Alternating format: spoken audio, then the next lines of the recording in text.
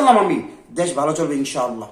আওয়ামী লীগ যখন লাভ হয় তখন বিএনপি ছিল গাথায়, এখন আওয়ামী লীগ যখন পালায় এখন বিএনপি শুরু করছে লাফায়।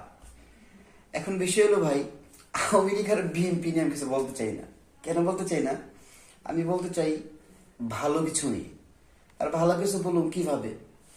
এখন আপনারা বলবেন তাহলে আওয়ামী লীগ যদি খারাপ থাকে বিএনপি কি ভালো, আর বিএনপি যদি ভালো থাকে আওয়ামী লীগ কি খারাপ, তাহলে দেশে ভালো করবে কি? আসলে বর্তমানে তত্ত্বাবধায়ক সরকার হিসেবে দায়িত্ব পালন করতেছেন আমাদের ডক্টর ইউনূস। ডক্টর ইউনূসকে নিয়েও মানুষের অনেক মন্তব্য, কেউ বলে ভালো, কেউ বলে খারাপ, কেউ বলে পারলে ক্ষমতা রাখেন, না পারলে ক্ষমতা ছেড়ে দেন। আর ভাই ক্ষমতা রাখবে কে?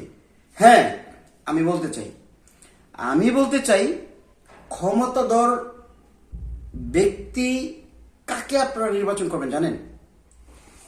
ইসলামিক চিন্তা যদি করি তাহলে তো বলুন যে উমর রাদিয়াল্লাহু তাআলার মতো একজন লোক খলিফা বাংলাদেশে দরকার।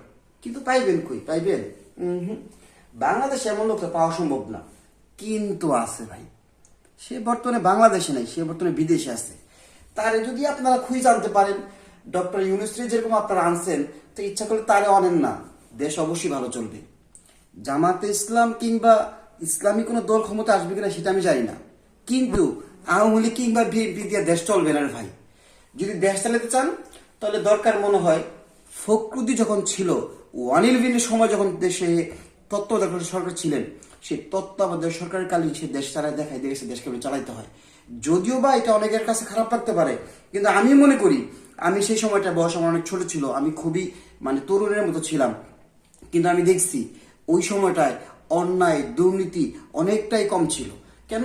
কারণ ওই সময় তত্ত্বাবধায়ক সরকার থাকা অবস্থা দেখছিলাম যে আওয়ামী লীগের মতো সরকারকে সে জেলের ভিতরে ভরে থেকেছিল।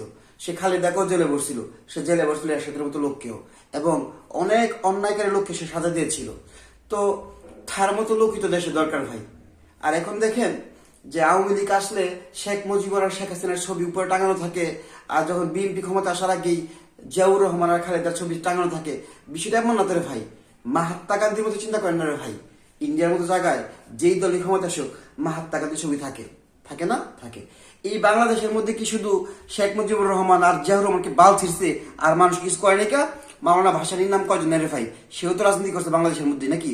শেরে বাংলাকে ফজলুল হকের নাম কয়জন নাই ভাই? একটু চিন্তা করে দেখেন। কারণ শেরে বাংলাকে ফজলুল হক আর বাংলা ভাসানীর অবদান বাংলাদেশে মুজিবুর আর জিয়াউর রহমান কম ছিল না। জিয়াউর রহমানকে আমি আদর্শ মনে করি, শেখ মুজিবুর রহমানকে আমি ভালোবাসি, তাই বলে এমন না যে আমি আওয়ামী লীগ বা বিএনপি করি ভাই। একটু কথা হলো বুঝছেন ভাই। আর ক্ষমতা আসলে দরকার জামাত ইসলামের মতো লোকই, কিন্তু সরকার হজরকার জানেন? সরকার হইতে তত্ত্বাবধায়ক সরকার ছিলেন যে ফখরুদ্দিন, বাংলাদেশ ব্যাংকের গভর্নর ছিলেন, তাকে বাংলাদেশের সরকার বানান, এবং জামাত ইসলামের আমিরকে বাংলাদেশের সরকার পক্ষের প্রধান উপদেষ্টা বানান, এবং রাষ্ট্রপতি এবং বিভিন্ন পর্যায়ের ইসলামিক দলের নেতাগুলোকে দেন।